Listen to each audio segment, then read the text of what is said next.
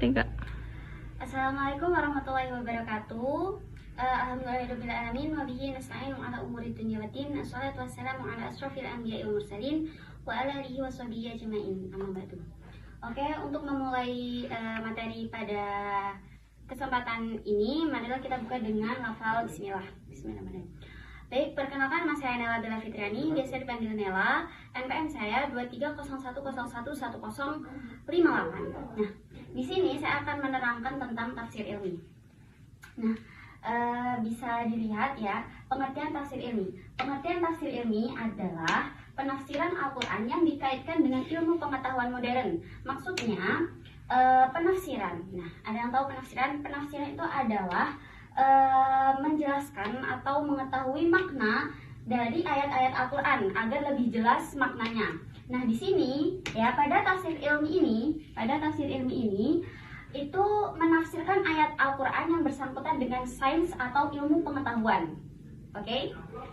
Jadi mudahnya, tafsir ilmi adalah tafsir Al-Quran yang dikaitkan dengan ilmu pengetahuan modern atau sains. Lalu yang kedua, kita ada tujuan tafsir ilmi. Oke?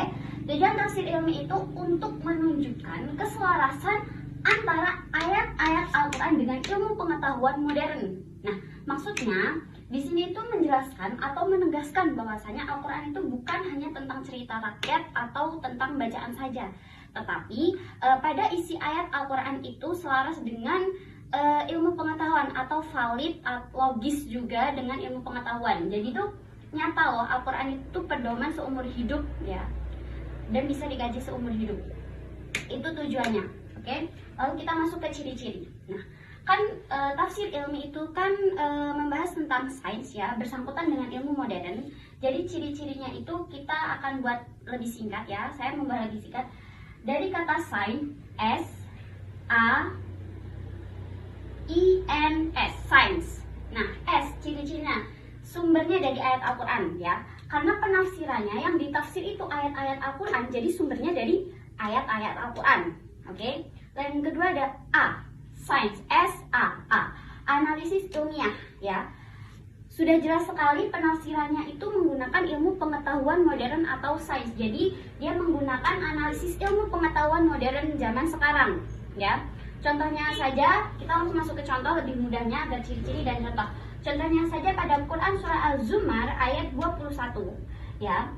Pada ayat ini itu menjelaskan tentang air ya, tentang hujan dan air dan tumbuh-tumbuhan. Nah, itu selaras dengan teori siklus air. Itu selaras dengan siklus air. Jadi analisisnya itu berkaitan dengan ilmiah atau ilmu modern ya. Lalu kita masuk ke I, S-A-I, sains, I. Ilmunya ilmu tapi kita beriman. Jadi tidak hanya sekedar mengaitkan dengan ilmu modern, tetapi kita tidak merubah isi dari ayat tersebut. Jadi tetap beriman. Jadi kita itu hanya memperjelas atau mempertegas, menyelaraskan dengan ilmu pengetahuan, tidak merubah isi dari ayat-ayat Al-Quran ya. Jadi kita itu perlu keimanan yang kuat untuk seseorang itu harus memiliki keimanan yang kuat untuk menyelaraskan antara Al-Quran, ayat-ayat Al-Quran dengan ilmu tafsir ilmi atau ilmu modern ini. Lalu kita masuk ke N ya. N, nyata dan logis ya. Oke, kita balik lagi ya. Sebenarnya tidak jauh-jauh ya. Kenapa kita nyata dan logis? Al-Quran itu nyata, ada. Dan ilmu pengetahuan modern sains itu ada dan nyata. Seperti Quran surah Az-Zumar ayat 21 yang membahas tentang siklus air, sama dengan teori siklus air, dan itu nyata, ada. Hujan ada. Hujan turun lalu diserap bumi menghasilkan tanaman yang beraneka ragam, itu diterangkan pada Quran surah Az-Zumar ayat 21.